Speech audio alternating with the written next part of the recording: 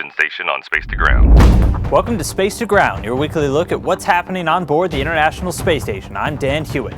Preparations for the 2 upcoming spacewalks continued this week, but it looks like the astronauts will have to wait a little longer before heading out the door.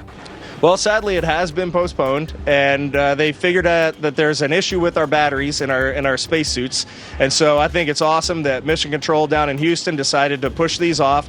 Of course, I'm a little sad about that, but when I go out the door, I want it to be in a good, clean configuration. A Russian spacewalk is still on track for August 18th.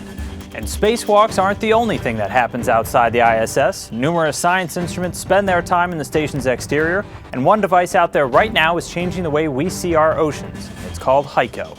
Standing for the Hyperspectral Imager for the coastal ocean, HyCO observes the Earth in wavelengths that are invisible to the human eye.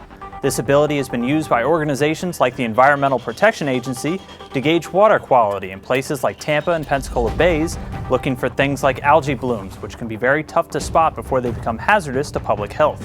More ways to monitor the environment with HyCO are still being explored, and it's just one way we're working off the Earth for the Earth.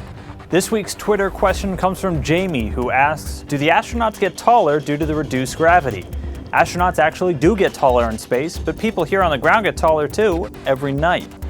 Astronauts usually grow up to 3% taller while living in microgravity.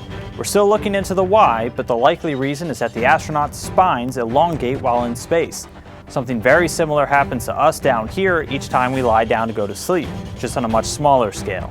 In fact, Reid Wiseman just reported that he has grown almost 2 inches since he's been on board the ISS, even with a little extra taken off the top. Make sure to keep sending your questions and comments using the hashtag #SpaceToGround. We'll see you next week.